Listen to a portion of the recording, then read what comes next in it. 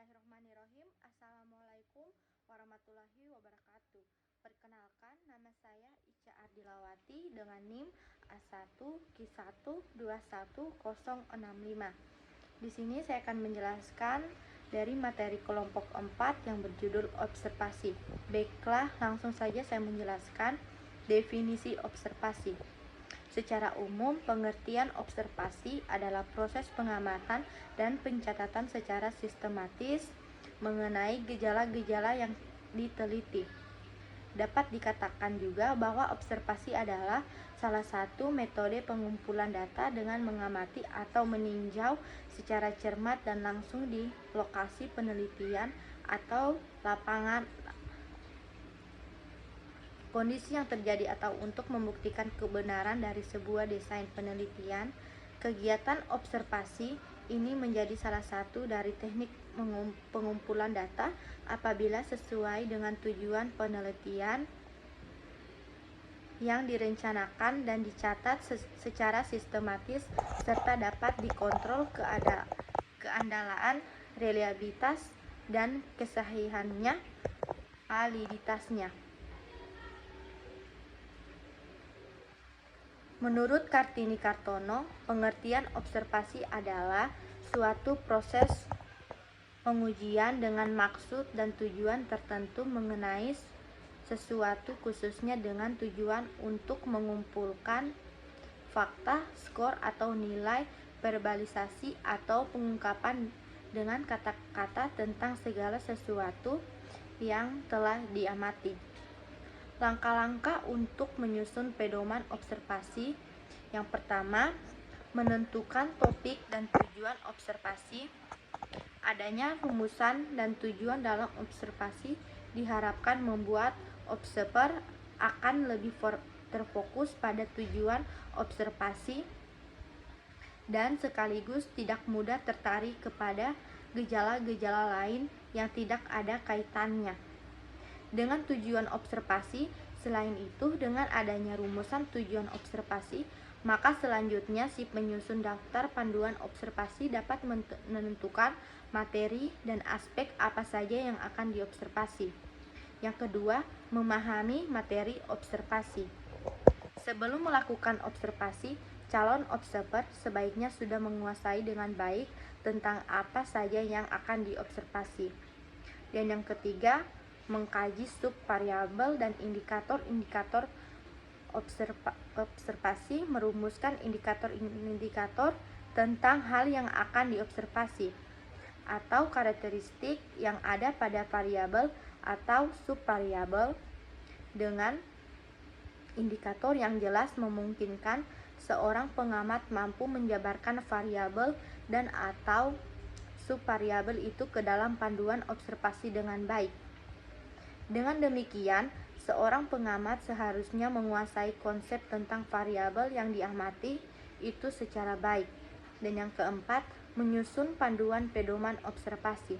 Jika indikator sudah dirumuskan dan sudah diuji coba, maka si calon observer perlu menyusun kembali panduan observasi secara lengkap. Langkah-langkah pengadministrasian pedoman observasi. Langkah-langkah menyusun pedoman observasi menurut Arifin 2009 adalah sebagai berikut.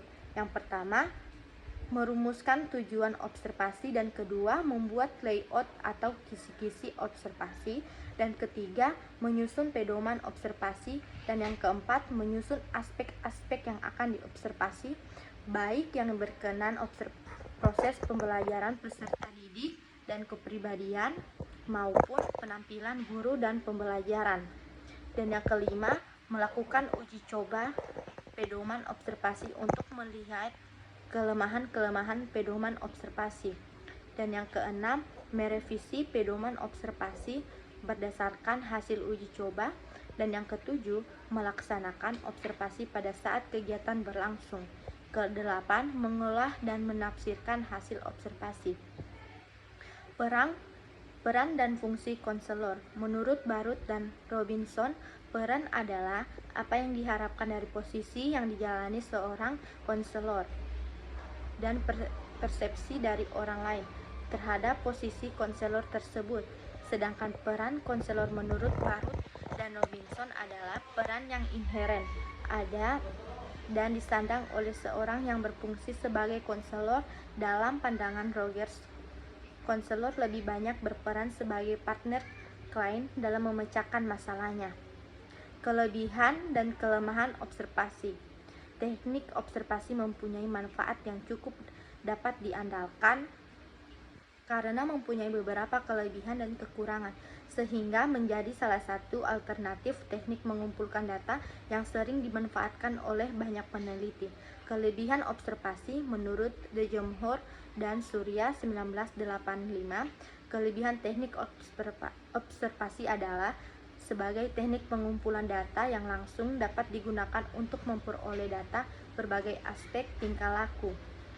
Bagi observi, hal ini lebih meringankan dibandingkan dengan apabila mereka disuruh mengisi angket atau menjawab pertanyaan. Dan teknik observasi memungkinkan dilakukan pencatatan yang serempak dengan terjadinya gejala atau kejadian penting. Observasi dapat merupakan teknik untuk mencek data yang diperoleh dengan teknik lain, seperti wawancara, angket, kuesioner, dan sosiometri. Melalui observasi, observer tidak memerlukan bahasa verbal sebagai alat untuk memperoleh data. Dan yang terakhir, melalui observasi dapat diperoleh data gejala atau kejadian yang sebenarnya dan langsung. Dan di sini juga saya akan menjelaskan kelemahan observasi. Sedangkan kelemahan dalam menggunakan teknik observasi sebagai berikut. Banyak hal yang tidak dapat diungkap dengan observasi. Misalnya, kehidupan pribadi yang bersifat rahasia, motif, perilaku. Dan apabila peserta didik atau observer lainnya mengetahui bahwa mereka sedang observasi, mungkin sekali mereka melakukan kegiatan yang tidak alamiah lagi, perilaku dibuat-buat. Dan hasil observasi banyak tergantung pada faktor-faktor yang tidak terkontrol. Faktor subjektivitas observer sukar untuk dihindari. Dengan observasi, data yang langsung mengenai perilaku yang khusus dari objek dicatat dengan segera dan tidak berpedoman pada ingatan seorang. Data dan diperoleh dari subjek baik melalui komunikasi verbal maupun nonverbal. Di sini juga saya akan menjelaskan tentang mind mapping dari materi observasi. Yang pertama, definisi observasi secara umum. Pengertian observasi adalah proses pengamatan dan pencatatan secara sistematis mengenai gejala-gejala yang diteliti. Dan di sini juga ada langkah-langkah untuk menyusun pedoman observasi. Yang pertama itu menentukan topik dan tujuan observasi. Adanya rumusan dan tujuan dalam observasi diharapkan membuat observer akan lebih terfokus pada tujuan observasi dan sekaligus tidak mudah tertarik kepada gejala-gejala lain. Dan di sini juga ada langkah-langkah penyusun pedoman observasi menurut Arifin 2009 adalah sebagai berikut. Yang pertama, merumuskan tujuan observasi, dan kedua, membuat layout atau kisi-kisi observasi. Dan di sini juga ada yang terakhir, peran dan fungsi konselor. Menurut Barut dan Robert, peran adalah apa yang diharapkan dari posisi yang dijalani seorang konselor dan persepsi dari orang lain terhadap perilaku konselor tersebut. Demikian, itu saja yang bisa saya jelaskan. Lebih dan kurangnya mohon dimaafkan. Assalamualaikum warahmatullahi wabarakatuh.